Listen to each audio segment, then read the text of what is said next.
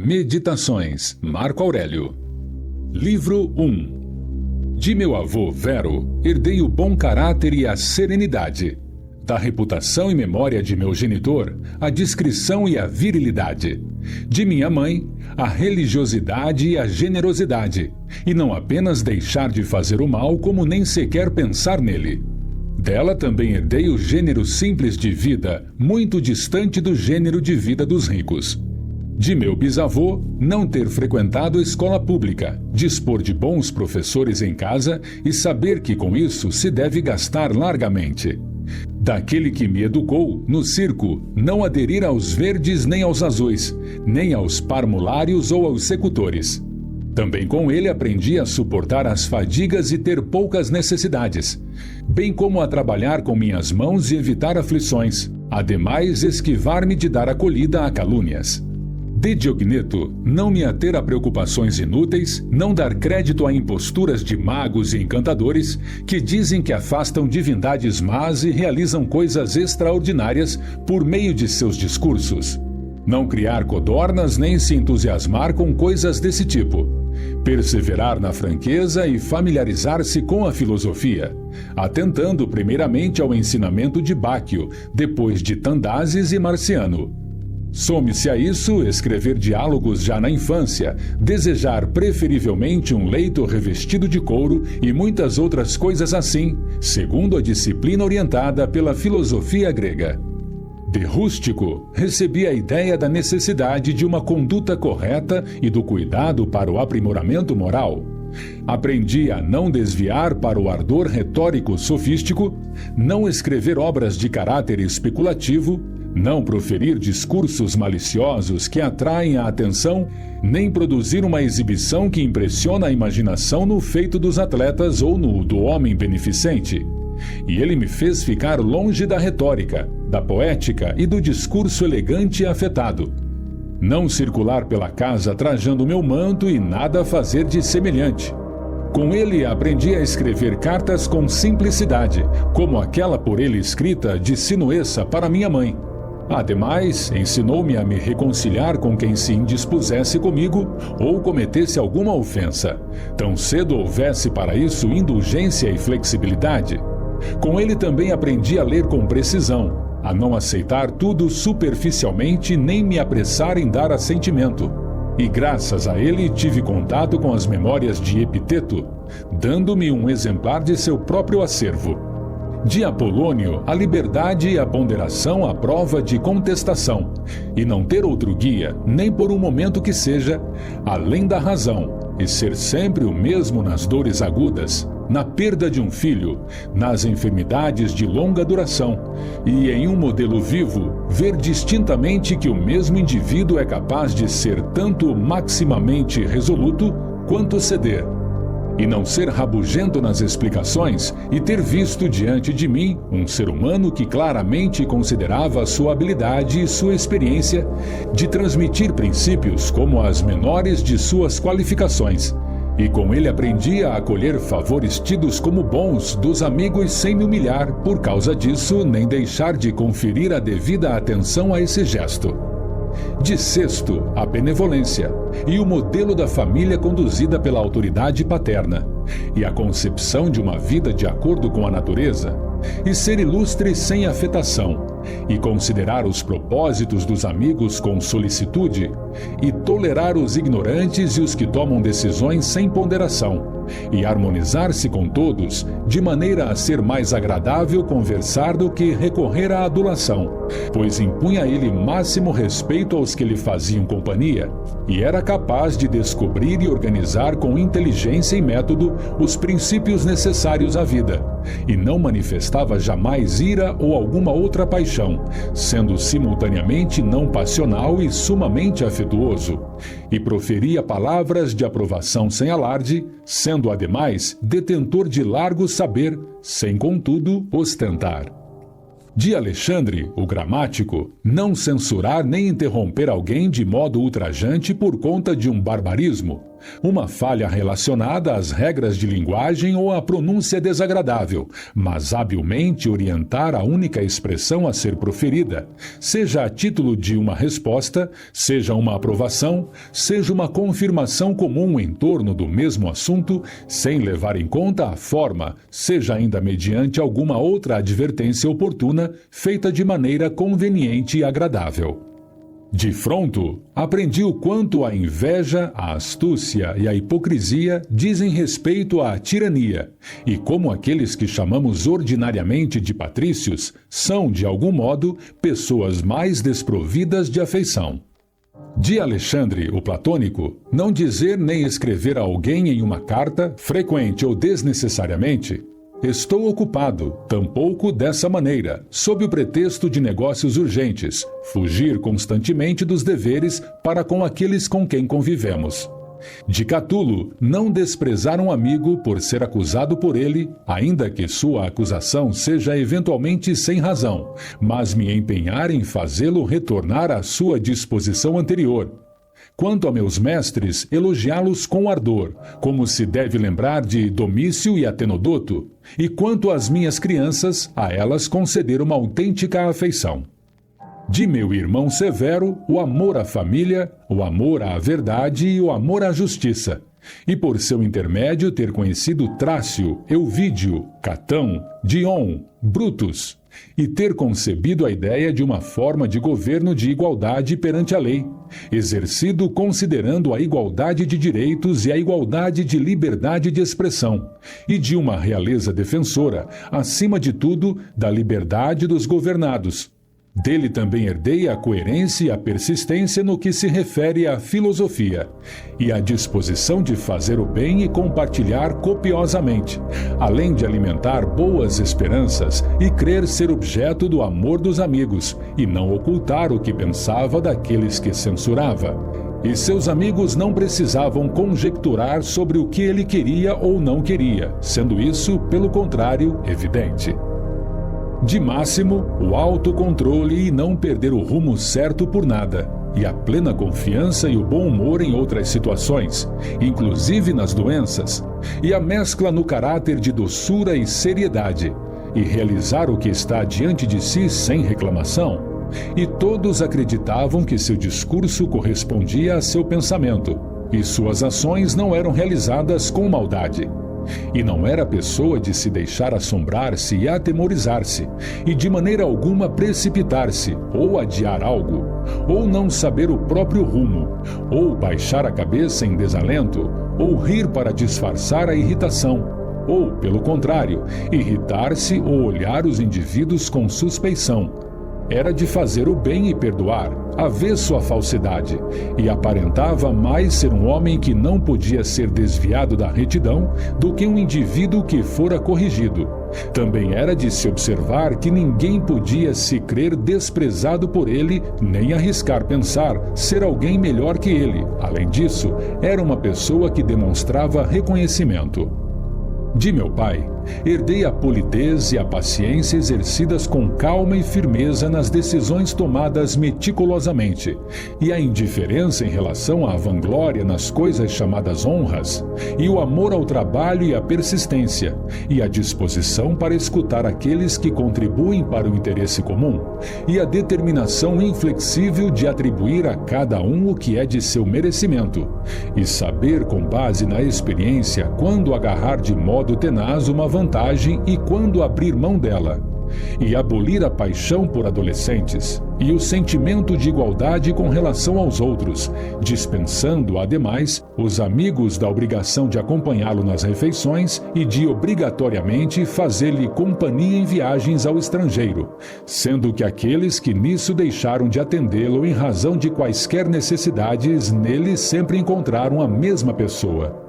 Também dele herdei o costume de examinar rigorosamente quando se trata de deliberações e ser tenaz, não suspendendo o exame por satisfazer-me com ideias repentinas e fáceis, preservar zelosamente os amigos, sem deles logo desgostar nem ter por eles uma afeição exacerbada, contentar-se com tudo e manter a alegria, ser previdente com o futuro e dispor antecipadamente às menores minúcias sem fazer disso uma tragédia.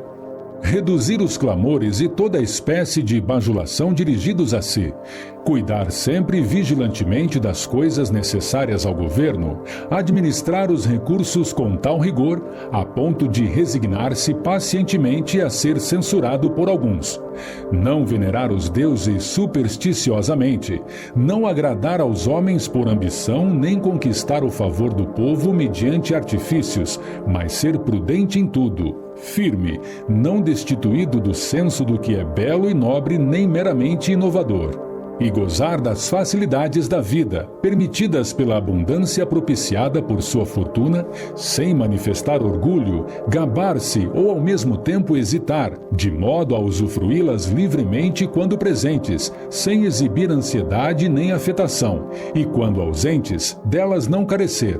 Não ser da parte de pessoa alguma objeto de louvor nem como um sofista, nem como um vernaculista, nem como um estudioso, mas como um homem maduro, completo, que não se deixa bajular, capaz de governar a si mesmo e aos outros. No que diz respeito aos verdadeiros filósofos, ele rendia-lhes honras, sem porém criticar insultuosamente aqueles que não eram, ainda que não se deixasse seduzir por estes últimos. Era, ademais, afável, sem entretanto levar sua amabilidade às raias da conversação excessiva e fatigante. Cuidava do próprio corpo com moderação, sem apego à vida, sem visar ao embelezamento, mas sem dele negligenciar. Disso resultou que, em razão da própria aplicação, necessitou minimamente de medicina ou de remédios de uso oral e daqueles de uso tópico. Acima de tudo, quanto, de modo destituído de inveja, ele cedia a qualquer um detentor de uma capacidade, por exemplo, a eloquência, o conhecimento das leis ou dos costumes, ou quaisquer outras matérias, e como contribuía, com sua atenção e diligência, para que cada um deles, em sua área característica, em que era o melhor, granjeasse boa reputação. Em toda a sua conduta, observava os costumes dos ancestrais, embora não parecesse ele próprio praticá-los. Ademais, não era inconstante nem de se inquietar facilmente, preferindo passar seu tempo nos mesmos lugares e nos mesmos negócios, e depois de agudas crises de dor de cabeça, voltava diretamente, renovado e com todo vigor, às atividades habituais. Não mantinha muitos segredos, mas pouquíssimos e sumamente esporádicos, que eram referentes exclusivamente às coisas públicas. No que toca a estas, era sensato e moderado na realização de espetáculos e na organização de obras, bem como no compartilhar generoso com o povo e em outras coisas desse gênero. Em tudo isso, agia mais em função das necessidades do que da glória que pudesse resultar para si de suas ações. Não gostava de banhar-se em um horário indevido, nem de edificar construções, nem se preocupava com seus alimentos, nem com o tecido ou as cores de seus trajes, nem com a beleza do corpo. Suas roupas provinham de Lório, sua residência no litoral, e em Lanúvio vestia frequentemente apenas uma túnica. Ao receber impostos em Túsculo, raramente chegava a vestir um manto sem se desculpar por isso. Não era cruel, nem suspeitoso, nem temerário. Tampouco dele se podia dizer que, ao fazer algo com seriedade e propósito, era tomado de ansiedade a ponto de suar. Pelo contrário, tudo era por ele administrado com nítida ponderação, como no lazer, de modo calmo, ordenado, firme e harmonioso. A ele poder-se-ia aplicar o que é lembrado com referência a Sócrates, pois sabia se privar e fruir daquilo diante de cuja carência a maioria das pessoas se debilita e cuja fruição a torna destituída de moderação. Conservar-se forte e constante na trilha da moderação e da sobriedade em todas as situações é marca de um homem possuidor de uma alma íntegra e imbatível, e foi assim que ele se revelou na doença de Máximo. Dos deuses recebi bons avós, bons pais, uma boa irmã, bons mestres, bons serviçais, parentes, amigos, quase todos aqueles que possuo. e devo aos deuses jamais haver cometido qualquer falta contra qualquer um deles. Embora minha disposição fosse tal que, caso se oferecesse oportunidade para isso, é impossível que tivesse sido essa a minha conduta. Foi, entretanto, a beneficência dos deuses que preveniu o concurso de negócios e oportunidades que talvez me tivesse levado a incorrer nessa culpa. Foi graças a eles que minha criação deixou de ficar a cargo da concubina de meu avô, que pude conservar o vício da juventude, que não aceitei o encargo de ser homem adiantando-me no tempo, que devia viver subordinado à autoridade de meu governante e pai, que de mim afastaria toda a vaidade, conduzindo-me ao pensamento de que era possível viver na corte, dispensando uma tropa de soldados lanceiros para a proteção e vigilância de um príncipe, bem como trajes marcantes, archotes, estátuas e outras manifestações semelhantes de pompa, mas que um príncipe deve aproximar-se o máximo possível da condição de um indivíduo que não exerce cargos públicos, sem que com isso, entretanto, se rebaixe ou se torne negligente do interesse público quando a autoridade é necessária. Foi graças aos deuses que aconteceu de eu topar com um irmão que, em razão da sua conduta moral, estimulou-me a cuidar de mim mesmo e, ao mesmo tempo, por conta de sua honra e seu amor, trouxe-me o regozijo. Também foi graças a eles que não gerei filhos naturalmente inaptos, nem com deformidades no corpo. A eles igualmente devo não haver avançado muito na retórica, na poética e em outras ocupações, nas quais talvez tivesse me detido se para isso dispusesse de um caminho fácil para me destacar. E graças a eles ter ocasionalmente dado preferência às pessoas que me haviam educado, para as dignidades que me pareciam desejar, e não frustrar suas expectativas com adiamentos por serem ainda jovens. E por ter conhecido Apolônio, Rústico e Máximo, por ter frequentemente uma clara noção com referência à vida de acordo com a natureza e sobre o que é isso, de modo que no tocante aos deuses e aquilo que é por eles transmitido, seu socorro e inspiração.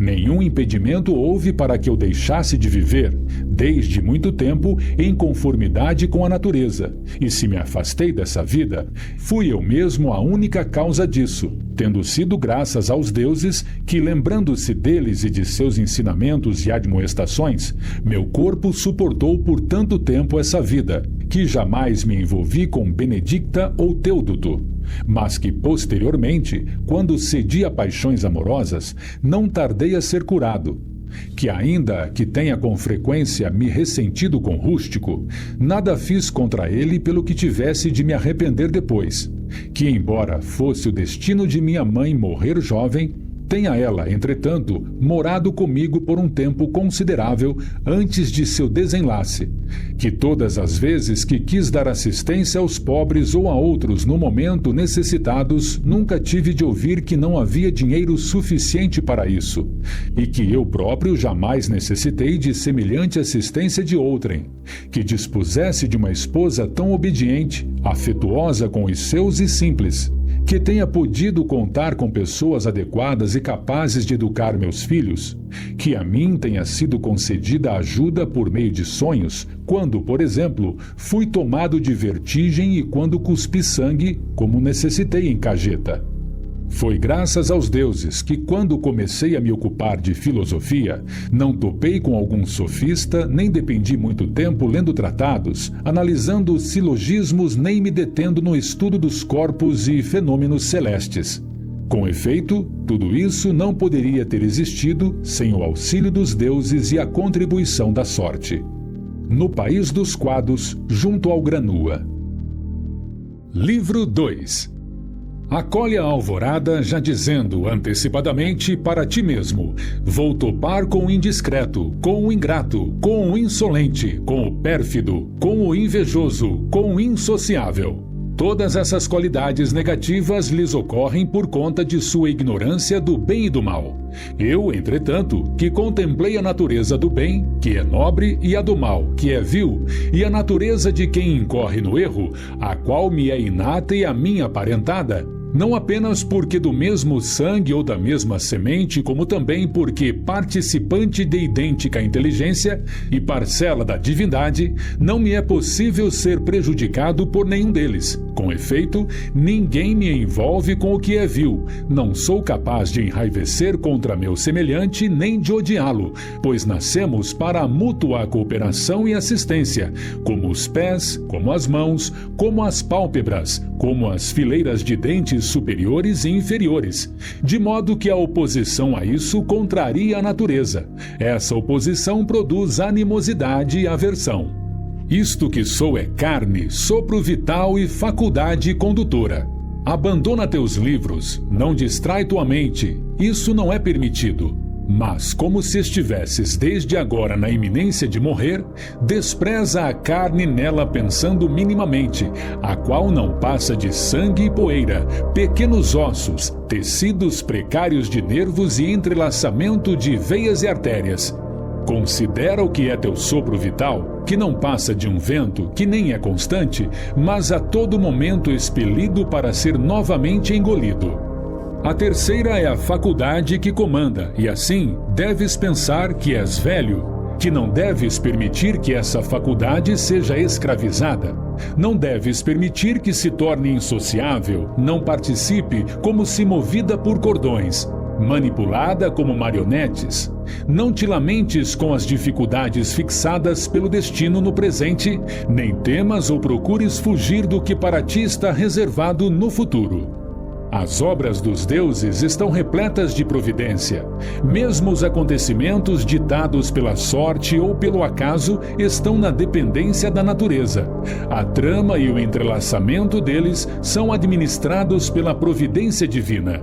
Todas as coisas fluem daí. Seja lá o que aconteça, é tanto necessário como útil à ordem universal, da qual és uma parte. E aquilo que é passível de ser preservado para a natureza do universo será bom e útil igualmente para a natureza de tua parte.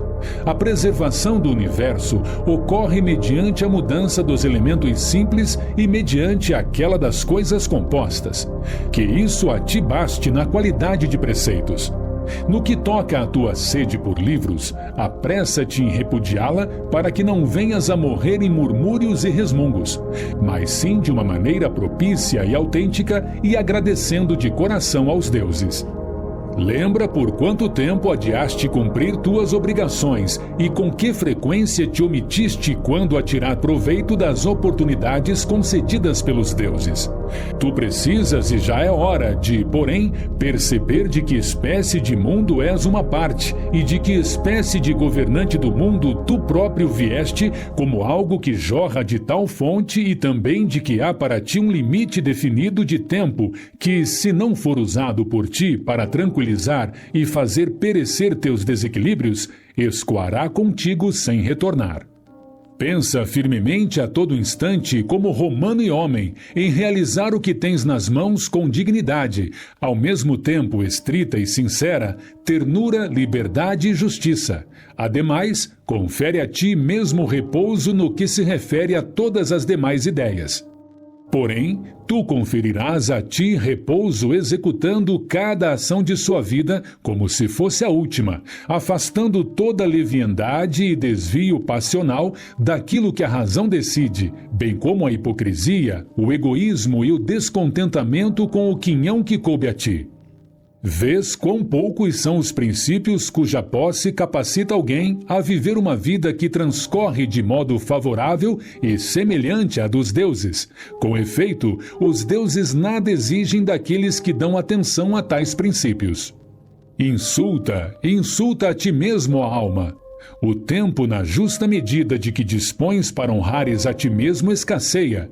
Com efeito, a vida de cada ser humano é curta. E embora a tua esteja quase no fim, não respeitas a ti mesma e fazes tua felicidade depender de outras almas. As ocorrências externas te distraem. Proporciona a ti mesmo repouso para aprender algo bom e deixa de ir e vir para cá e para lá.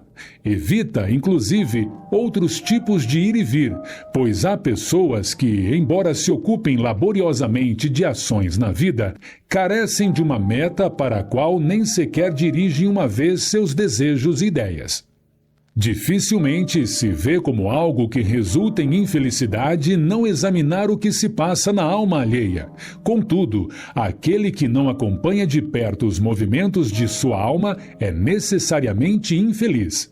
Tu necessitas sempre ter em mente isto: qual é a natureza do universo, qual é a minha, como é a relação que uma tem com a outra, que parte de qual universo ela é. Ademais, que não existe ninguém que te impeça de fazer e dizer sempre aquilo que está em conformidade com a natureza de que constituis uma parte. Teofrasto diz na qualidade de filósofo, ao comparar os erros, algo que era bastante comum comparar, que aqueles cometidos em razão do desejo são mais graves do que os cometidos em virtude da cólera. De fato, a pessoa impulsionada pela cólera parece ser desviada da razão e experimentar certa dor e uma contração. Aquela, porém, que comete o erro por desejo parece, de algum modo, mais desregrada e mais feminina nos erros, uma vez que subjugada pelo prazer. Foi, portanto, com justiça e de maneira digna de filosofia que ele disse que é mais censurável a pessoa que erra por força do prazer que aquela que erra com a dor. A segunda parece, em uma palavra, ter sido antecipadamente ferida e, por meio da dor, forçada à cólera, enquanto a primeira foi impulsionada a cometer a injustiça, conduzida espontaneamente a essa ação por conta do desejo. Considerando que é possível tu deixares esta vida a qualquer momento, administra cada ato, palavra e pensamento em consonância com isso. Deixar os seres humanos, porém, se existirem deuses, não é de se temer, pois estes não te envolverão no mal. Na hipótese, de certo, de não existirem ou não se preocuparem com as coisas humanas, qual o sentido de eu viver em um mundo destituído de deuses ou de providência? Contudo, eles existem e, positivamente, se preocupam com as coisas humanas e colocaram tudo ao alcance do ser humano para que este não caia em poder de males reais. Se restasse efetivamente qualquer mal além desses males, haveriam de exercer providência em relação a isso também, para que se possa evitá-lo. Como conceber que aquilo que não torna pior uma pessoa pode tornar pior a vida de uma pessoa? Tampouco é de se pensar que a natureza do universo omitiu-se com referência a essas coisas por ignorância ou, tendo conhecimento, que foi incapaz de tomar precauções, nem que ela, poderosa como é, por incapacidade ou inépcia, tenha cometido essa falta, levando a ocorrer indistinta e confusamente bens e males a pessoas boas e más. Mas a morte e a vida, a boa e a má reputação, o sofrimento e o prazer, a riqueza e a pobreza, tudo isso atinge igualmente pessoas boas e más, sendo coisas que não nos transmitem nobreza nem vileza. Não são, portanto, nem boas nem más. Como tudo desaparece rapidamente, no mundo, os próprios corpos, no tempo, as lembranças deles. Tais são todas as coisas sensíveis e, sobretudo, as que seduzem mediante o prazer, amedrontam mediante o sofrimento ou têm forte repercussão mediante a fama que se esfumaça. Como são vulgares, desprezíveis, triviais, corruptíveis e mortas diante da razão capaz de examiná-las. Ademais, o que são aqueles cujos pensamentos e vozes transmitem boa reputação ou fama? E o que é morrer? Se alguém olha a morte isoladamente, em si mesma, decompondo mediante a inteligência todas as partes que nela se mostram como fantasmas, vai concebê-la como sendo tão somente uma ação da natureza que é pueril temer. E certamente ela não é apenas uma ação da natureza, mas ainda algo que promove o que é do interesse dela. Considera como e com que parte de si o ser humano toca a divindade e quando e como, sobretudo, essa parte do ser humano está disposta no divino. Nada há de mais deplorável do que a pessoa que tudo percorre em círculo e sonda o que está debaixo da terra, diz ele, e investiga em caráter conjectural o conteúdo das almas dos vizinhos e o que está debaixo da terra, sem perceber que basta dar atenção à divindade que existe dentro de si mesmo e cultuá-la com sinceridade. Esse culto a ela deve conservar-se livre de paixão, de irreflexão e de descontentamento com referência ao que se origina dos deuses e dos seres humanos. Com efeito, aquilo que provém dos deuses é venerável em razão de sua excelência, enquanto o que provém dos seres humanos nos é caro porque provém de nossa mesma espécie, e mesmo quando, de algum modo, nos conduz à compaixão por causa da ignorância dos bens e dos males, falha que não é menor que aquela que subtrai nossa capacidade de distinguir as coisas brancas das pretas. Mesmo que vivesses 3.000 anos e tantas vezes quanto 10.000 anos, lembra, todavia, que ninguém perde uma vida distinta da vida presente, tampouco vive uma vida diferente desta que presentemente perde. Assim, a vida mais longa e a mais curta se tornam algo idêntico. Com efeito, o presente é igual para todos e, portanto, o que se perde também é igual, e aquilo que se perde, consequentemente, revela-se como sendo de curtíssima duração, como se fosse instantâneo. De fato, não se perde o que passou nem o futuro, pois como tirar de uma pessoa aquilo que não possui? Necessitas lembrar, portanto, estas duas coisas. Uma é que tudo que é egresso da eternidade é de espécie idêntica e tem caráter cíclico, não fazendo diferença, nem importando assim se alguém permanece em contemplação das coisas apenas por um século ou 2 ou por um tempo infinito. A outra coisa é que, quando morrem, a perda é igual para pessoas que viveram o máximo de tempo e para aquelas que viveram o mínimo. Com efeito, o presente é tudo o que se pode ser privado. Afinal, tudo o que se tem é o presente, e a perda daquilo que não se possui não é possível. Tudo não passa de opinião. Com efeito, óbvias foram as palavras ditas a Mônimo, o filósofo cínico. É igualmente óbvio o emprego a ser feito dessas palavras, a se admitir, no limite do que é verdadeiro, o que encerram de útil. A alma humana é violenta consigo mesma, sobretudo quando se torna, na medida do que dela depende, um abscesso, como se fosse um tumor no mundo. De fato, incomodar-se ou descontentar-se com quaisquer acontecimentos constitui um distanciamento da natureza, em que cada uma das naturezas restantes está contida como parte. Em seguida, quando manifesta a aversão por qualquer ser humano ou a ele se opõe, prejudica-o. Estas são as almas coléricas ou vingativas. Em terceiro lugar, ela comete violência contra si mesma, quando assaltada por prazer ou dor. Em quarto, quando dissimula e age ou fala de modo fingido e falso. Em quinto lugar, quando não dirige as próprias ações e os impulsos a nenhum objetivo determinado, mas atua de maneira arriscada e inconsequente, quando até as coisas mais ínfimas devem ser empreendidas em relação a um fim. E o fim dos seres humanos racionais consiste em obedecer à razão e lei estabelecida pelo Estado e pela forma de governo mais respeitáveis. O tempo é um ponto no que diz respeito à vida humana, ao passo que a substância flui. A percepção sensorial é imprecisa, a composição do corpo inteiro facilmente putrescível, a alma é um peão que rodopia, o destino difícil de ser previsto e o prestígio carente de discernimento. Em síntese, tudo aquilo que diz respeito ao corpo é um rio, enquanto o que diz respeito à mente ou à alma é um sonho e uma fumaça. Quanto à vida, é uma guerra e uma estada em país estrangeiro. A fama dada na posteridade, um esquecimento. O que então é capaz de nos oferecer uma orientação? Somente a filosofia. Esta requer vigiar para que a divindade interior se mantenha não violenta e incólume, acima de prazeres e sofrimentos, sem agir de maneira aventureira, destituída de meta, nem mentirosa e hipócrita, dispensando absolutamente a ação ou inação alheias. Ademais, aceitar todo tipo de acontecimento e o lote que nos cabe, seja qual for, como provenientes daquele lugar, seja onde for, de onde nós mesmos provimos, e principalmente aguardar a morte em uma disposição favorável e tranquila, porquanto ela nada é senão a dissolução dos elementos a partir dos quais cada ser vivo é composto.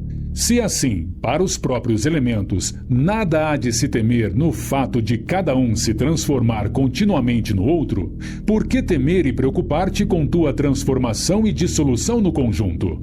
Isso é conforme a natureza, e nada que é conforme a natureza constitui mal. Escrito enquanto encarnuntum. Livro 3. Não se deve apenas concluir racionalmente que a cada dia a vida vai se consumindo e deixando atrás de si uma menor porção para ser vivida. Tampouco que, se alguém vive mais, é incerto se seu intelecto vai se conservar o mesmo no transcorrer dos anos, concedendo-lhe entendimento para os negócios e conhecimento conquistado na experiência para perscrutar as coisas divinas e humanas. Com efeito, se a pessoa volta à infância com a senilidade, passando a falar coisas sem sentido, ainda assim seu sistema respiratório, seu sistema de nutrição, sua imaginação, seus impulsos e outras faculdades podem não lhe faltar. Mas como fazer o uso apropriado de si mesmo, como dar conta das obrigações com precisão, como distinguir nitidamente as coisas que se mostram e saber se, no que toca a si mesma, já é hora de sair de si, visto que para essas coisas que certamente necessitam de raciocínio a pessoa já está morta. Convém, portanto, que te apresses, não só porque estás cada vez mais próximo da morte, como também porque teu intelecto que te capacita a acompanhar um raciocínio com relação às coisas já está antecipadamente condenado ao aniquilamento. É preciso também observar que os próprios acontecimentos que se somam às operações naturais contêm algo de agradável e sedutor. Por exemplo, quando um pão é assado, algumas de suas partes podem ficar quebradiças e se fragmentar, deixando a crosta irregular, mas embora de certa maneira isso contrarie a arte do padeiro e sua intenção, esse pão possui algo em particular que estimula o apetite.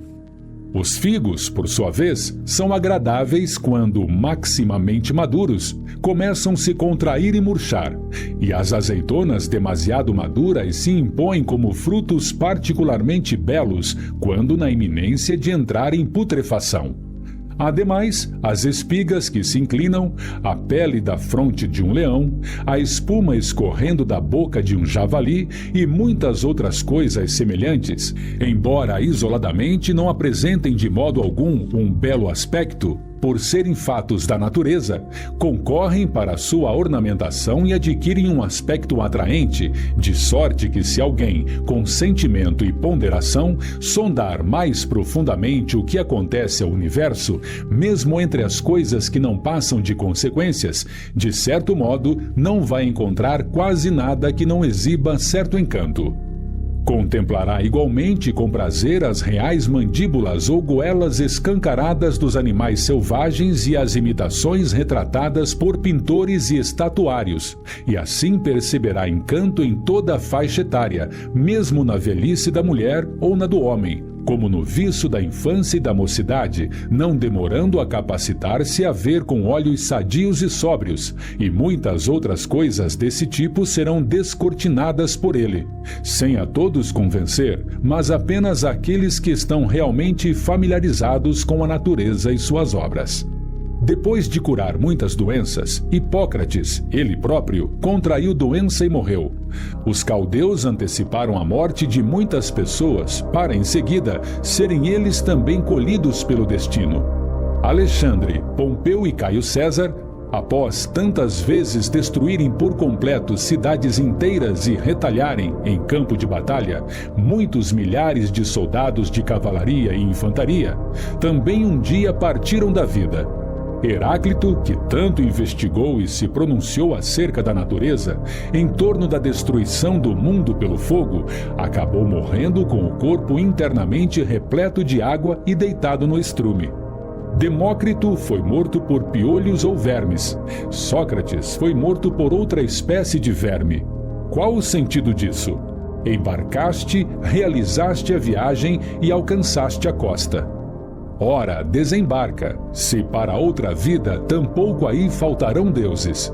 Se contudo desembarcares na insensibilidade, cessará para ti sofrimentos e prazeres e deixarás de ser servidor de um vaso de carne que é tão inferior quanto aquele que serve é superior, pois este é inteligência e divindade, enquanto aquele é terra e sangue mesclados ao pó.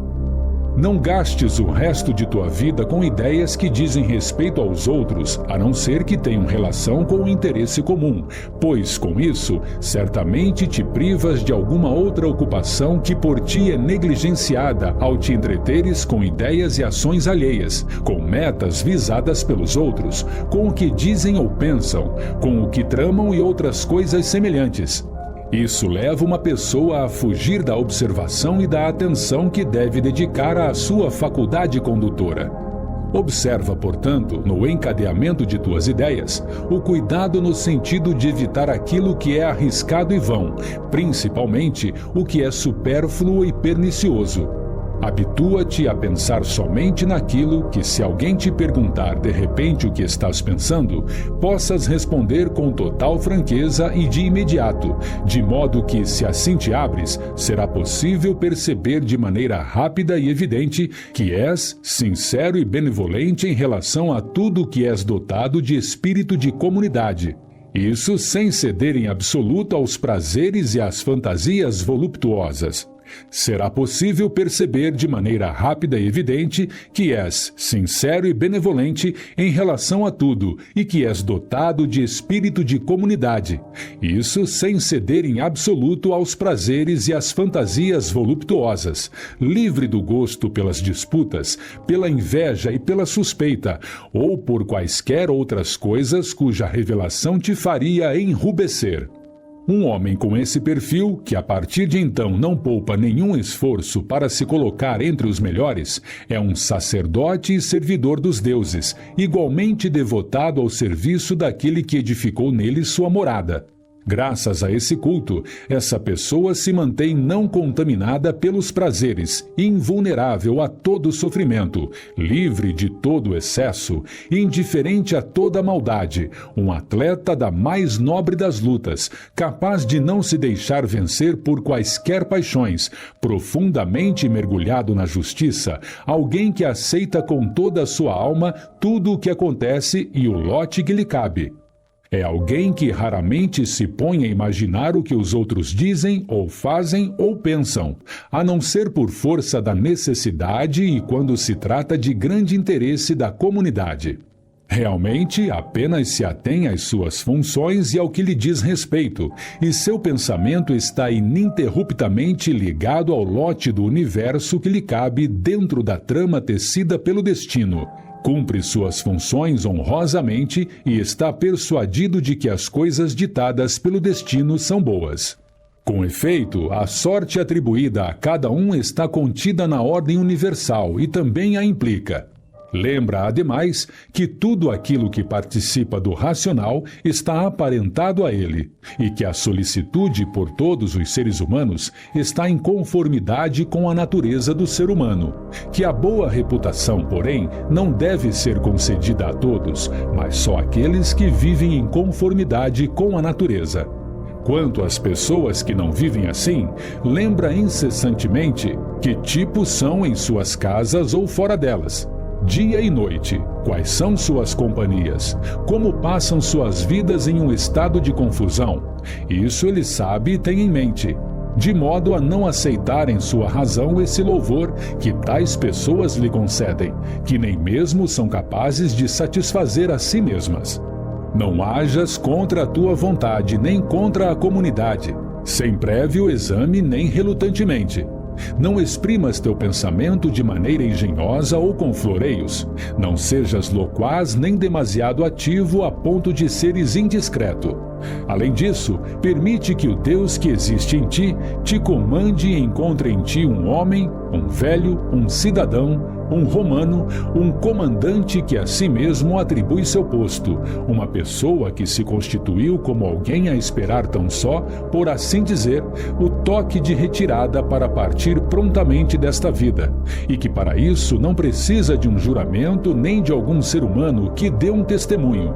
Mantenha a alegria e a autossuficiência, dispensando os serviços externos, bem como aquela tranquilidade dos outros. É necessário, portanto, ser correto, não ser corrigido. Se na vida humana descobrires algo superior à justiça, verdade, moderação, coragem e, para resumir, um pensamento que encontra satisfação em si próprio ao te permitir agir em conformidade com a reta razão e diante de condições que não escolheste, se eu digo, contemplaste algo que supera isso em qualidade, com toda a tua alma volta-te para tal coisa e goza o que descobriste ser o mais excelente. Se, entretanto, nada parecer melhor que a divindade instalada em ti, a qual fez de si mesma a base de teus impulsos pessoais, submeteu as ideias ao controle e, como disse Sócrates, livrou-se dos estímulos da percepção sensorial e sujeitou-se aos deuses, zelando pelos seres humanos, se descobrires que tudo mais, comparado a isso, é inferior e menos valioso, não dá espaço a outra coisa, pois se tu realmente uma vez te desviaste e pendeste para isso, não vais conseguir mais, incansavelmente, deixar de dar preferência a esse bem que te é particular. Pois não é lícito que qualquer coisa de outra espécie, por exemplo, o louvor da multidão, ou o poder, ou a riqueza, ou o gozo de prazeres, oponha-se àquilo que é racional e socialmente bom.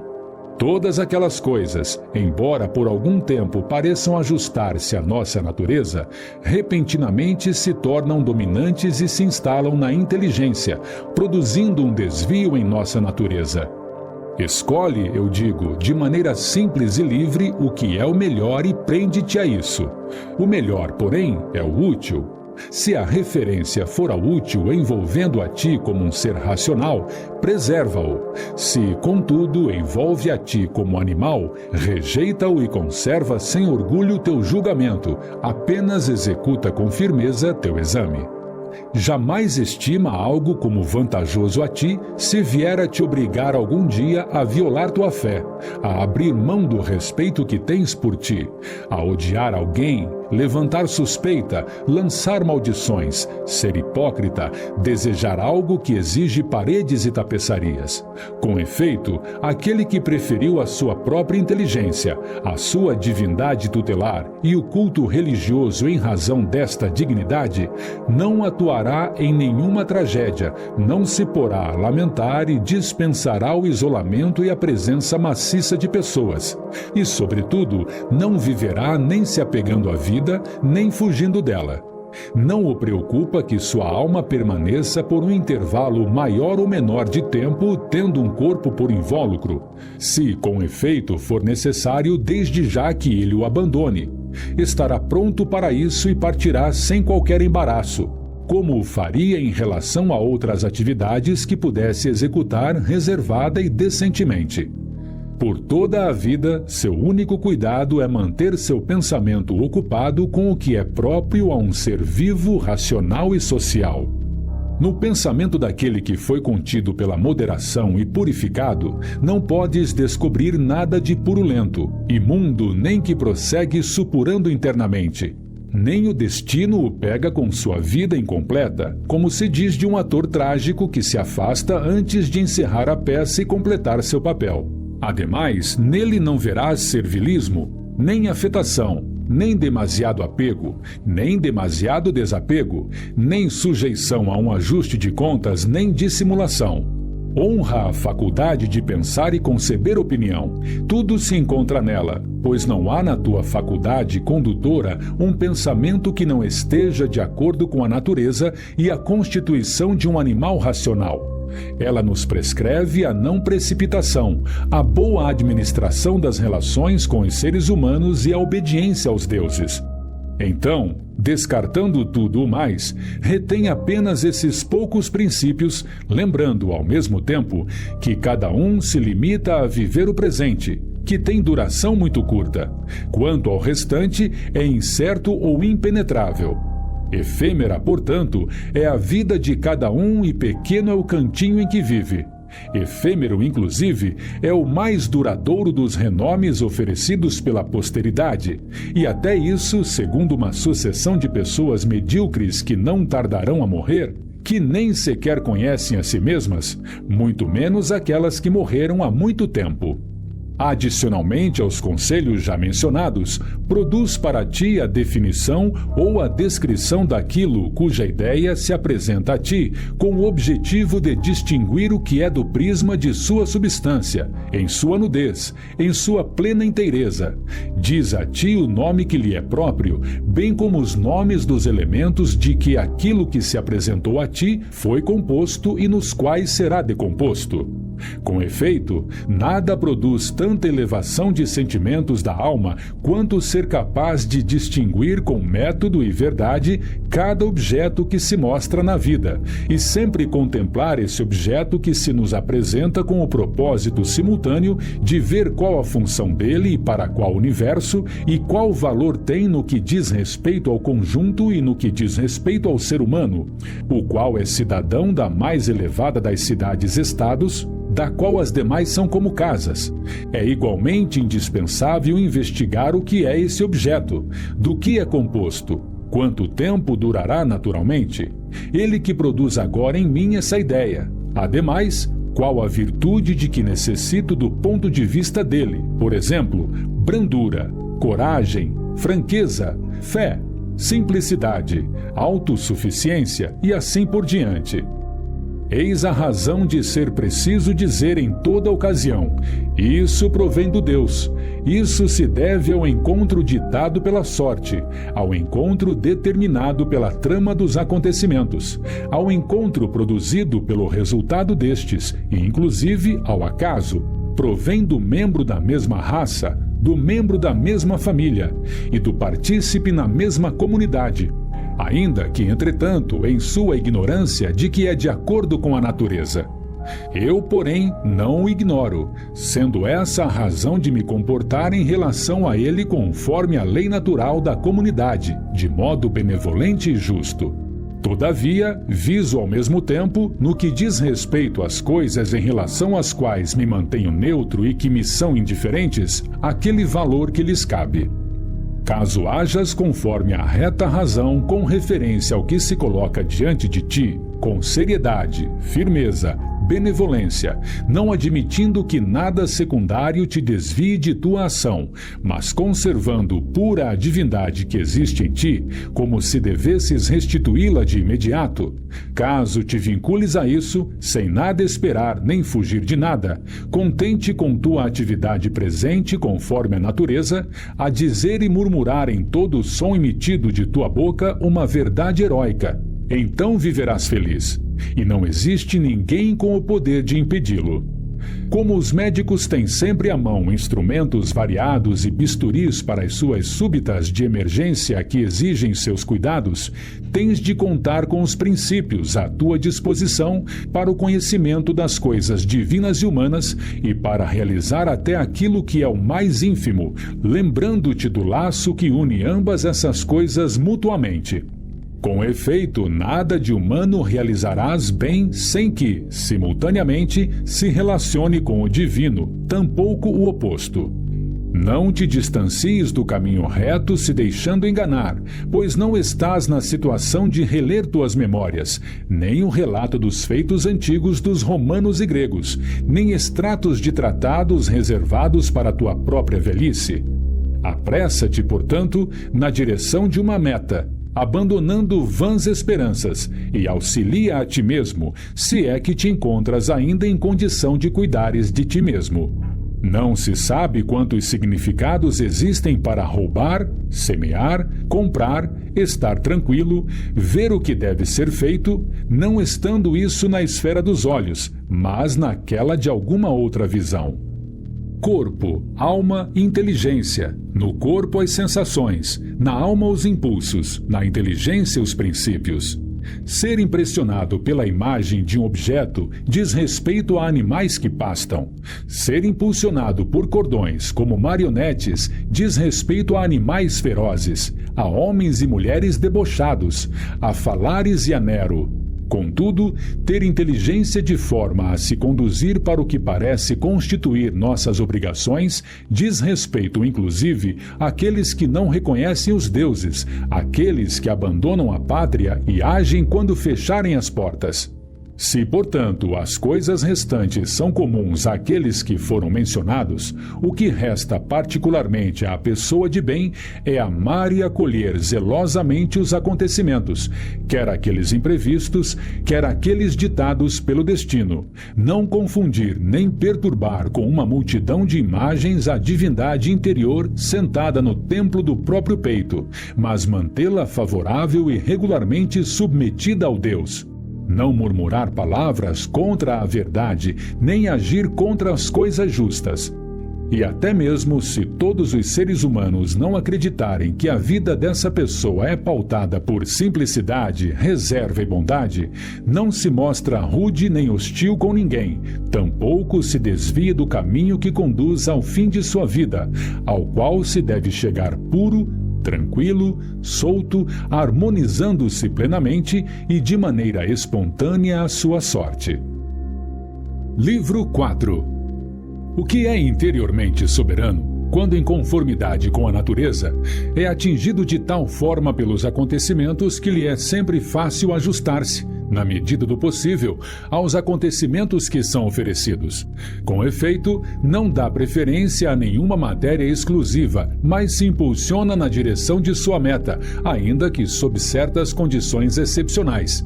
Produz sua matéria com base naquilo que lhe faz oposição, assim como o fogo quando se apodera do que nele é lançado, sem o que uma pequena candeia seria apagada. Quando, porém, o fogo é forte, depressa incorpora a si mesmo o que é sobre ele depositado, o que o consome e se eleva a partir disso. Não faças nada ao acaso nem de outra maneira, exceto segundo os preceitos da perfeita execução da arte. As pessoas buscam para si refúgios, casas de campo, praias e montanhas, e tu também desejas isso intensamente. Mas isso toca inteiramente as mais vulgares entre as pessoas, pois depende de tua vontade, a qualquer momento, fazeres o retiro para dentro de ti mesmo. Com efeito, em algum lugar, seja em busca de mais tranquilidade, seja visando distanciar-se de negócios e atividades, consegue uma pessoa mais refúgio que dentro de sua alma. Isso, sobretudo, quando abriga dentro de si pensamentos cuja contemplação lhe transmite imediatamente completo conforto. Digo, a propósito, que conforto ou tranquilidade não é outra coisa senão uma boa ordem da alma. Portanto, proporciona a ti continuamente esse refúgio e renova a ti mesmo, e que teus princípios sejam concisos e possuam caráter elementar, para que, tão logo recorras a eles, bastem para repelir por completo a aflição da alma e te enviar de volta sem descontentamento as coisas às quais retornas. E afinal, com o que experimentas descontentamento? Com a maldade dos seres humanos? Raciocina com base no juízo de que os animais racionais são gerados em função da relação de reciprocidade, que suportar é parcialmente justiça, que erros são involuntários e que aqueles que até agora foram abertamente inimigos, trocaram suspeitas, ódio, trespassaram-se com golpes de lança, já estão estendidos e seus corpos incinerados. Enfim, acalma-te. Será o caso de experimentares descontentamento com o lote que o universo atribuiu a ti? Recorda-te da alternativa. ou a providência ou os átomos, e a partir de quais argumentos chegou-se a provar que o mundo é como se fosse uma cidade? Será o caso de as coisas do corpo terem se apoderado de ti? Pondera que o pensamento não se mistura aos movimentos do sopro vital, mesmo que ocorram suave ou bruscamente, depois que o pensamento protegeu a si mesmo e reconheceu o poder que lhe é característico, e de resto do que, no que toca a dor e prazer, ouviste e admitiste. Será o caso daquela pequena glória que te distrai? Se olhares, verás quão rápido todas as coisas são condenadas ao esquecimento e ao abismo de eternidade que de cada lado se franqueia ao infinito, ao vazio do eco, à inconstância e à irreflexão daqueles que simulam palavras de benevolência e à estreiteza do lugar que demilita o espaço da glória. Afinal, toda a terra não passa de um ponto, e quão minúsculos são os cantos dela que servem de moradia. E neles, quantas pessoas e que espécie de pessoas existem que se prestarão a louvar-te? Tudo o que resta, portanto, é lembrar-te do retiro que podes realizar no pequeno campo no interior de ti mesmo. E, acima de tudo, não te apresses na ansiedade nem sejas inflexível, mas livre. E vê as coisas como homem, como ser humano, como cidadão, como animal mortal. Entre os princípios mais à tua disposição com os quais topares, que estejam estes dois. O primeiro é que as coisas não alcançam a alma, mas permanecem externas, imobilizadas. Que os embaraços e as turbulências se originam unicamente da opinião produzida no interior dela. O outro é que todas essas coisas que contemplas serão, embora não tenham sido ainda, transformadas e não existirão mais. E já observaste tantas transformações que deves pensar ininterruptamente. O mundo é alteração, a vida é sucessão. Se a inteligência nos é comum, a razão que nos estabelece na qualidade de racionais é comum. Se é assim, também a razão que determina o que deve ser feito ou o que não deve ser feito é comum. Se é assim, também a lei é comum. Se é assim, somos concidadãos. Se é assim, participamos de alguma administração dos negócios que são comuns. Se é assim, o mundo é de algum modo como uma cidade-estado. Afinal, de qual outra administração comum estaríamos facultados a dizer que a totalidade do gênero humano participa? É em decorrência dela, dessa cidade-estado comum, que nos chegam a própria inteligência, o racional e o legal. Ou de onde chegariam? Com efeito, como o telúrico em mim foi separado e extraído de certa terra, o úmido de um elemento distinto, o aéreo de alguma outra fonte e o quente de alguma fonte particular ígnea, pois nada há que provenha do nada, como nada há que retorne ao nada, do mesmo modo a inteligência possui um ponto de origem. A morte, como o nascimento, é um mistério da natureza. O nascimento é uma combinação de elementos, enquanto a morte é uma dissolução nos mesmos elementos. Nada em absoluto que seja desonroso, uma vez que não se opõe ao que se coaduna com um animal racional, nem à razão de nossa disposição natural. Tais coisas, por conta de tais fatores, devem assim produzir naturalmente, sob o império da necessidade. Não querer que assim seja é querer que a figueira não tenha suco. Em uma palavra, lembra-te que não transcorrerá muito tempo para que tu e ela estejam mortos. Logo depois, nada deixareis atrás de vós, nem sequer vosso nome. Aniquilando a suposição, aniquilarás o fui injustiçado. Aniquilando o fui injustiçado, aniquilarás a injustiça. Aquilo que não torna pior a própria pessoa, também não torna pior sua vida, tampouco a prejudica, quer em suas relações externas, quer internamente. A natureza daquilo que é útil consiste em fazer-se forçosamente útil. Tudo o que acontece, justamente acontece. É algo que descobrirás se observares com precisão. Não me limito a dizer que é segundo a consequência, mas que é segundo a justiça, e como aquilo que é atribuído a cada um conforme seu merecimento. Assim prossegue observando como fizeste no princípio. Ademais, em tuas ações, faz como sendo uma pessoa de bem, em consonância com aquilo que é característico da pessoa de bem. No que toca a todas as tuas atividades, conserva essa regra. Não concebas as coisas segundo o critério daquele que se comporta com insolência contigo ou da maneira que deseja que tu as julgues. Pelo contrário, considera-as como são na realidade. É preciso que duas regras estejam sempre à tua disposição. A primeira é realizar somente o que é sugerido, no interesse humano, pela razão régia e legislativa. A segunda é mudares tua forma de pensar se contares com a presença de alguém capaz de corrigi-la, inclusive adotando a conduta dessa pessoa. Entretanto, impõe-se que essa mudança tenha sempre como nascedouro algo convincente e sustentável, como a justiça ou o interesse comum, sendo necessário ser unicamente algo que se avizinha desses motivos e não algo que se revela prazeroso ou glorioso. Possuis a razão? Possuo. Então por que não a utilizas? Afinal, se ela cumpre sua função, o que mais queres? Tens sido substrato na qualidade de uma parte. Desaparecerás naquilo que te gerou, ou melhor, no seio da razão criadora. Mediante transformação, tu serás restaurado. Muitos torrões de incenso são colocados sobre o mesmo altar, um antes, outro depois, o que não faz diferença. Para as pessoas que te consideram agora um animal feroz ou um macaco, dentro de 10 dias passarão a considerar-te um Deus, desde que retorne aos princípios e à veneração da razão.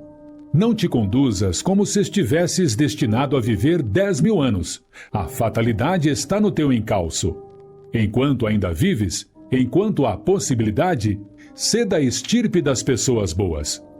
Quanto ganha em lazer aquele que não dá atenção ao que diz o vizinho, ou ao que ele faz ou pensa, mas se limita às suas próprias ações para que sejam justas, impregnadas de devoção religiosa e próprias do homem bom. Não olhes à tua volta impressionado para as maneiras de ser negativas e funestas, mas, em lugar disso, caminha rapidamente e com retidão pela linha rumo à meta, sem se dispersar. Todo aquele que busca a fama póstuma não imagina que cada um daqueles que dele se recorda não tardará a morrer, e que seus sucessores, por sua vez, também acabarão mortos, até finalmente a inteira recordação extinguir-se. Podes, inclusive, até supor que aqueles que se recordarão de ti e essa memória são imortais. Mas o que representa isso para ti? E não digo apenas que nada representa para o morto, mas de que serve o louvor mesmo para os vivos, a não ser que se leve em conta alguma eventual vantagem doméstica. Com efeito, nessa perspectiva, deixas de lado impropriamente a dádiva da natureza, ou seja, apega-te a qualquer coisa exceto a razão. Toda coisa que é de uma maneira ou outra bela ou boa ou é a partir de si mesma, tem seu remate em si mesma e não tem o louvor como parte de si mesma. Aquilo que louvamos não se torna algo nem pior nem melhor pelo fato de ser louvado. Digo isso, inclusive, no que se refere ao que gente mais comum classifica de belo ou bom. Por exemplo, as coisas materiais e os objetos artificiais. O que é de fato bom ou belo carece de algo mais? Não mais que a lei, não mais que a verdade, não mais que a benevolência ou a honra. Quais são boas ou belas por causa do louvor ou corrompidas por causa da censura? É, afinal, uma esmeralda tornada pior do que era por não ter sido objeto de louvor? E quanto ao ouro, ao marfim, à púrpura, a uma pequena pedra preciosa, a uma pequena flor, a um arbusto? Na hipótese da persistência das almas após a morte, como houve desde a eternidade ar suficiente para contê-las? Como houve terra suficiente desde a eternidade para conter os corpos que restaram dos mortos? Pois, como aqui, mesmo eles, depois de haverem permanecido na terra por algum tempo, passaram à transformação e à decomposição, abrindo espaço suficiente para outros cadáveres, igualmente as almas, deslocadas pelos ares, tendo neles sido mantidas por certo tempo, transformam-se, expandem-se e inflamam-se, acolhidas pela razão criadora do universo, desse modo fornecendo espaço suficiente às almas que buscam aí outra morada. Esta seria a resposta na hipótese da persistência das almas após a morte. É necessário não apenas ter em mente a imensa quantidade desses corpos sepultados, como também aquela dos animais comidos por nós diariamente, os quais, por sua vez, comem os outros animais. Com efeito, é de se imaginar qual o número de corpos que é assim consumido e que o digamos assim, sepultado nos corpos daqueles que dele se alimentam? E a despeito disso, não falta espaço para recebê-los, quer por causa de sua conversão em sangue, quer em razão de sua transformação em uma substância aérea ou em uma substância ígnea. Em relação a isso, como realizar a investigação da verdade, distinguindo entre a matéria e a causa formal? Não te deixes dominar pela impetuosidade, transmitindo, sim, justiça em todas as tuas ações e impulsos, e em todas as tuas ideias conserva o entendimento. Harmonizo tudo em mim, ó mundo, tu que és harmonioso. Nada é para mim precoce nem tardio daquilo que para ti está situado no tempo oportuno. Tudo é para mim, ó natureza, fruto do que trazem consigo as tuas estações. Todas as coisas emergem de ti, todas as coisas estão em ti, todas as coisas tendem para ti. Alguém disse, cara cidade de Cécropes. Não dizes tu, ó cara cidade de Zeus? Executa poucas coisas, ele diz, se pretendes atingir a alegria. Não seria de melhor valia dizer para executarmos as coisas necessárias e aquilo que a razão elege para um animal naturalmente social e dizer como o elege? De fato, com isso produzirás não só o júbilo resultante da boa conduta, como também aquele de executar poucas coisas. Realmente, a maior parte daquilo que falamos e fazemos é desnecessária, de modo que se a eliminarmos, teremos mais lazer e estaremos mais tranquilos. Daí a necessidade de lembrar a si mesmo a cada oportunidade sobre cada coisa. Não estará entre as coisas desnecessárias? Deve-se não apenas eliminar as ações desnecessárias, como também as ideias. Com efeito, assim, não se seguirão as ações que essas ideias poderiam acarretar.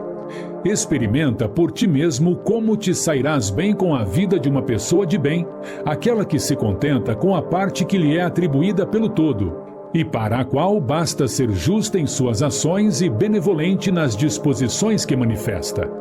Viste aquilo? Pois vê isto também. Não perturbes a ti mesmo. Torna-te simples. Causam danos a ti? Aquele que o faz causa dano a si mesmo. Foste atingido por algum acontecimento?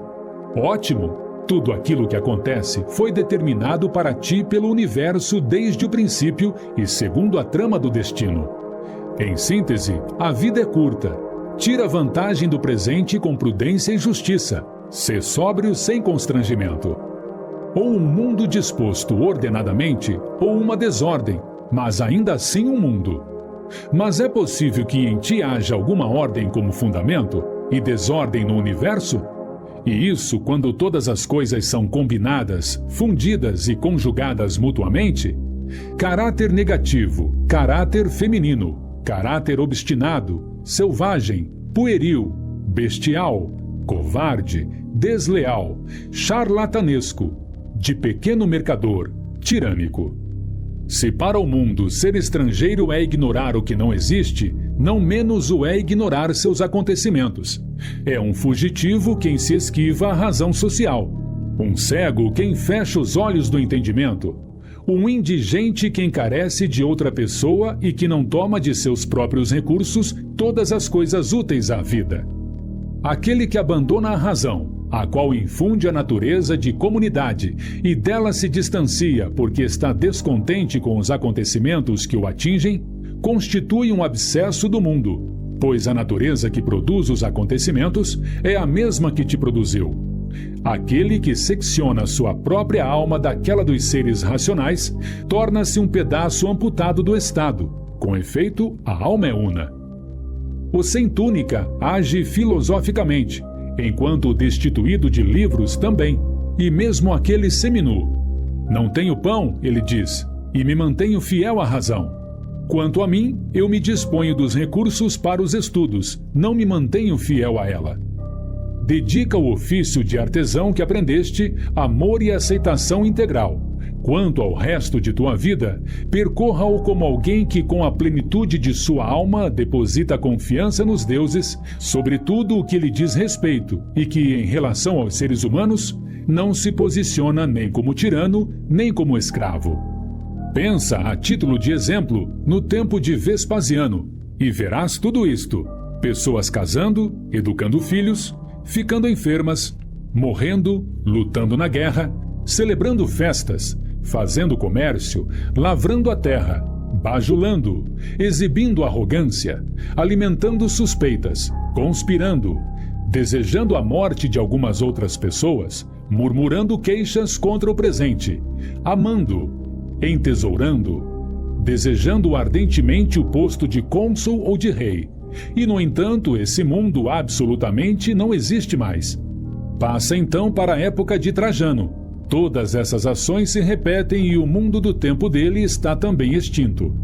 Examina, ademais, do mesmo modo os outros registros de tempos e de nações inteiras e observa quanto os seres humanos, após haverem despendido todos os seus esforços, não tardaram a tombar, condenados à dissolução entre os elementos.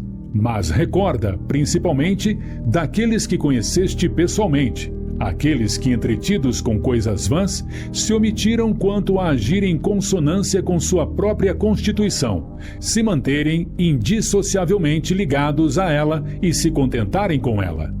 Impõe-se, entretanto, lembrar aqui que a atenção a acompanhar cada ação precisa possuir sua avaliação e proporção próprias. Dessa maneira, não perderás o ânimo, caso não tenhas te ocupado com as coisas inferiores mais tempo do que o conveniente. As palavras que outrora era costume empregar são agora arcaicas e estranhas. Também são arcaicos e estranhos atualmente os nomes de outrora, então celebrados por hinos: Camilo, Céson, Voleso, Leonato, logo depois Cipião e Catão, em seguida Augusto, incluindo também depois Adriano e Antonino. Com efeito, todos depressa se extinguem, adquirindo caráter de fábula, não demorando para que um completo esquecimento os cubra. E digo isso daqueles que de um modo ou outro foram extraordinariamente brilhantes, pois os restantes, já no seu último alento, se tornaram desconhecidos, ignorados, e não se ouviu mais falar deles. O que é então, em geral, que se perpetua como memória? Em geral, a vaidade. Assim, no que é preciso que coloquemos nosso empenho? Apenas no seguinte: um pensamento de acordo com a justiça, uma conduta em prol do interesse comum, um discurso que jamais engane e uma disposição que acolha zelosamente todos os acontecimentos como necessários, como aptos a serem reconhecidos, como brotando do mesmo princípio e da mesma fonte. Entrega-te espontaneamente a Cloto, com teu assentimento a suportar todas as coisas desejadas por ela. Tudo é efêmero, inclusive o lembrar e aquilo que se lembra. Mantém-te a observar que tudo acontece por meio de transformação e habitua-te a ter em mente que nada agrada mais à natureza do universo do que transformar os seres e produzir novos seres semelhantes. Com efeito, tudo o que existe é de alguma maneira uma semente das coisas que serão. Todavia, a única ideia que fazes do que seja semente é a das sementes lançadas à terra ou a do sêmen lançado no útero da mãe. Isso é ser extremamente ignorante. Estás na iminência de morrer e não és nem simples, nem imperturbável, nem livre de suspeitas capazes de te prejudicar o que é exterior, nem favorável com todos, nem dado a instalar a sabedoria na prática exclusiva da justiça. Observa com olho crítico seus princípios norteadores e os indivíduos sensatos, tanto aquilo de que se esquivam como aquilo que buscam. Teu mal não tem como fundamento o princípio norteador dos outros, tampouco alguma mudança ou transformação daquilo que te circunda. Então, de onde vem? Daquele lugar em ti no qual os males são acolhidos e protegidos. Assim que não sejam tais males acolhidos e protegidos, e tudo caminhará bem. Mesmo quando aquilo que está maximamente perto de ti, a saber, teu corpo, fosse submetido a esquartejamento, fosse queimado, supurado, levado à putrefação, A despeito disso, espera-se que a parte que acolhe e protege essas ações, às quais o corpo é submetido, mantenha a serenidade. Isto é, que aquilo que pode acontecer indiscriminadamente ao homem mau e ao homem bom, seja julgado por tal parte do corpo como não sendo nem mau nem bom. Realmente, aquilo que pode acontecer igualmente aos que vivem contra a natureza e aos que vivem de acordo com ela, não está de acordo com a natureza nem a contraria. Concebe ininterruptamente o mundo como um ser vivo único, possuidor de uma substância única e uma alma única. Como todas as coisas remontam a uma faculdade de percepção única. Como todas as coisas atuam por um impulso único. Como todas as coisas concorrem para a causa de todas as coisas. Ademais, como estão tecidas e enoveladas em conjunção. Como declarou Epiteto, és uma pequena alma que soergue um cadáver. Ao ser transformação, nada de mal ocorre, como nada de bom ocorre ao ser que tem a transformação como seu fundamento. O tempo assemelha-se a um rio e a uma corrente violenta constituídos pelo vir a ser das coisas. Com efeito, tão logo cada coisa é vista, já é incorporada e sucedida por outra que obedecerá ao mesmo processo. Tudo aquilo que acontece é tão costumeiro e ordinariamente conhecido quanto a rosa na primavera e os frutos no verão. Isso também se aplica à doença, morte, calúnia, maquinações e a tudo mais que atinge os tolos com alegria ou dor. O que sucede está invariavelmente aparentado e nasce do que precede. Com efeito, não se trata de uma enumeração que possui apenas independente e, respectivamente, um conteúdo que lhe é imposto, mas de um processo contínuo de cunho racional. E tal como as coisas que são estão em perfeita harmonia, as que vêm a ser mostram não uma simples sucessão, mas certo parentesco extraordinário. Tem sempre em mente as palavras de Heráclito. A morte da terra é o nascimento da água. A morte da água é o nascimento do ar. A morte do ar é o nascimento do fogo e assim inversamente. Tem também em mente aquele indivíduo que esquece aonde a estrada conduz e que as pessoas na sua associação constante e majoritária com a razão, a qual comanda todas as coisas, por vezes desta divergem. E que parecem encarar como estranhos os acontecimentos que as atingem diariamente, e que não se deve realizar coisas nem as dizer como se embalados pelo sono, pois parece, nesse caso, que assim agimos e falamos como fazem crianças que imitam os pais, quer dizer, seguindo o usual e como nos foi ensinado. Mesmo que um dos deuses te dissesse que morrerás amanhã, ou em todo caso, no dia que se segue ao de amanhã, não atribuirias mais, a não ser que fosses a pessoa mais vil entre os vis, grande peso ao fato de morrer depois de amanhã ou amanhã. Afinal, o que significa esse intervalo? Ademais, não julgues que tem grande importância morrer depois de muitos anos a morrer amanhã. Conserva-te refletindo quantos médicos frequentemente morreram após cerrarem as pálpebras dos enfermos, e quantos astrólogos após previrem, isso com ares de grandeza, as mortes alheias. Quantos filósofos depois de produzirem um número incalculável de discursos acerca da morte ou da imortalidade.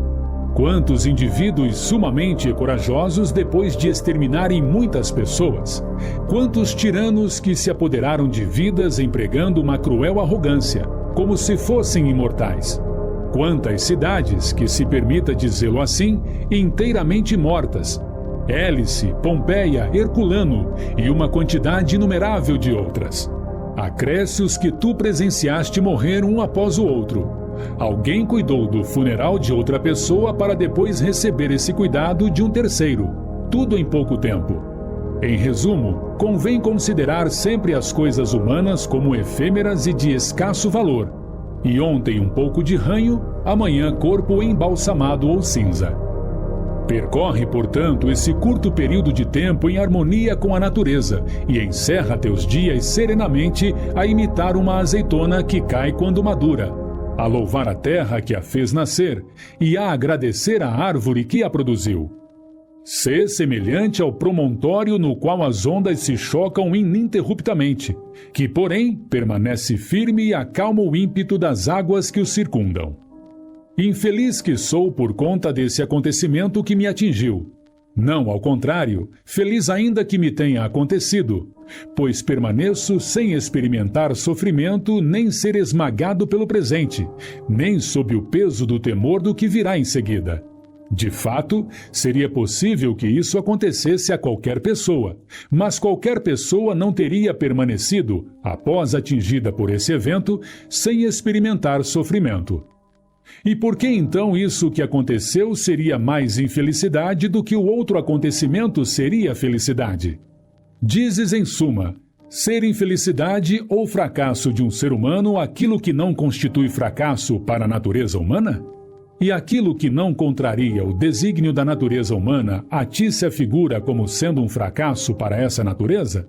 Ora, conheces esse desígnio, e então o acontecimento fortuito te impediria de ser justo, de alma grandiosa, moderado, prudente, ponderado, sincero, reservado, livre e assim por diante, possuidor de todas aquelas qualidades cuja presença leva a natureza do ser humano a recolher as coisas que lhe são próprias?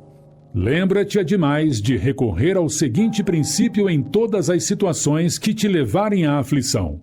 Isto não é infelicidade, podendo ser felicidade se a suportar nobremente. Para obter o desdém da morte, constitui ajuda a julgar, todavia eficaz, a lembrança daqueles que se apegaram à vida tenazmente. O que conseguiram mais do que aqueles que tiveram um desenlace prematuro?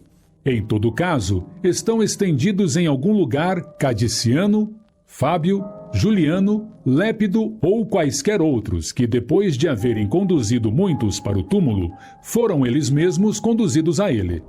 Em síntese, o intervalo que separa o nascimento da morte é pequeno, e através de que provocações e vicissitudes, de que companhias e em que corpos nos é necessário preenchê-lo.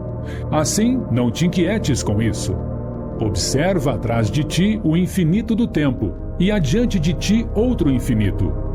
E no que diferem neles o indivíduo que viveu 3 dias e aquele que viveu 3 vezes a idade de Nestor, o gereniano? Caminha e corre sempre pelo caminho curto, e o caminho curto é aquele conforme a natureza, de modo que tudo o que digas e faças seja maximamente sensato. Com efeito, com esse projeto e procedimento, vais te afastar dos golpes do sofrimento e das expedições militares, bem como de todas as sutilezas e ostentações.